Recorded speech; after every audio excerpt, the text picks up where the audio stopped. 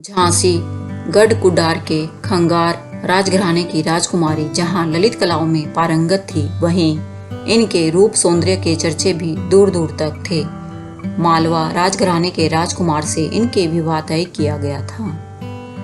राजकुमारी और राजकुमार दोनों ही एक दूसरे को मन ही मन प्यार करने लगे थे, पर अचानक राजकुमारी केसर की डोली उठने से पहले ही वक्त ने ऐसी करवट बदली कि जो राजकुमारी अपने सपनों के राजकुमार के साथ डोली में जाने वाली थी, उसने अपने सात्विक प्रेम के लिए अग्निकुंड में कूदकर अपनी जीवन लीला समाप्त कर ली।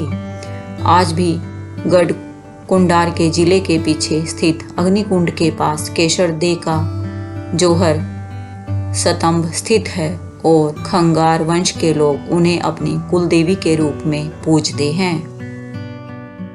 राजवंश के इतिहास में राजकुमारी केसर दे की पवित्र बलिदान गाथा अंकित है।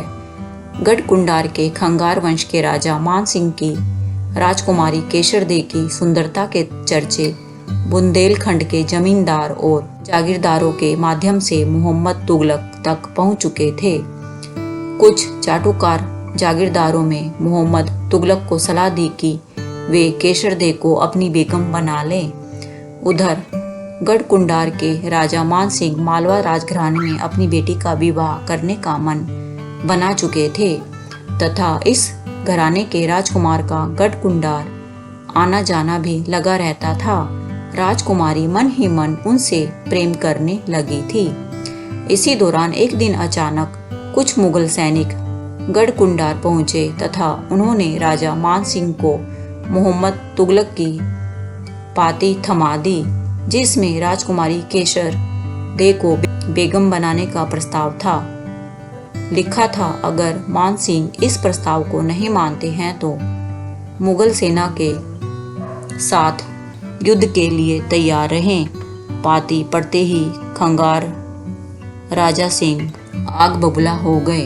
उन्होंने पाती लेकर आए सैनिकों को संदेश दिया कि वह मोहम्मद तुगलक से कह दे कि मान सिंह युद्ध के लिए तैयार है। मोहम्मद तुगलक ने गढ़ कुंडार का किला चारों ओर से घेर लिया। छापामार युद्ध चलता रहा। कई दिनों तक किले में कैद रहने के बाद अंततः मान सिंह को अपनी सेना के साथ मैदान में आना पड़ा। तुगलक की सेना के सामने खंगार राज्य की सेना कमजोर पड़ गई।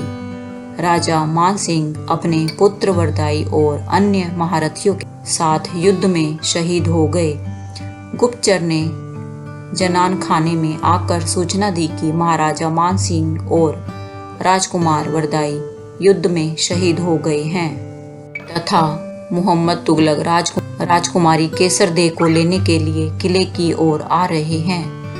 राजकुमारी ने हुंकार भरते हुए कहा कि वह अगर मालवा राजघराने के राजकुमार की नहीं हो सकी तो उन्हें कोई दूसरा छू भी नहीं सकता। किले के पिछले मैदान में बने कुंड में अग्नि प्रज्वलित की गई तथा सबसे पहले केसर दे ने और इसके बाद बारी बारी से 7 राजकुमारियों ने अग्नि कुंड में कूदकर अपनी जीवन लीला समाप्त कर ली। मोहम्मद तुगलक किले के अंदर पहुंचा तब तक राजकुमारी केसर दे आग में समा चुकी थी। सात्विक प्रेम के लिए दिए गए केसर दे के आत्म बलिदान की गाथा जब भी बुंदेलखंड में सुनाई जाती है तो लोगों की आंखें नम हो जाती हैं। दोस्तों, कमेंट करके बताएं आपको आज की कहानी कैसी लगी। दोस्तों, अगर आपने अभी तक यह चैनल सब्सक्राइब नहीं किया है तो इसे सब्सक्राइब करके मेरी YouTube फैमिली का सदस्य बन जाएं।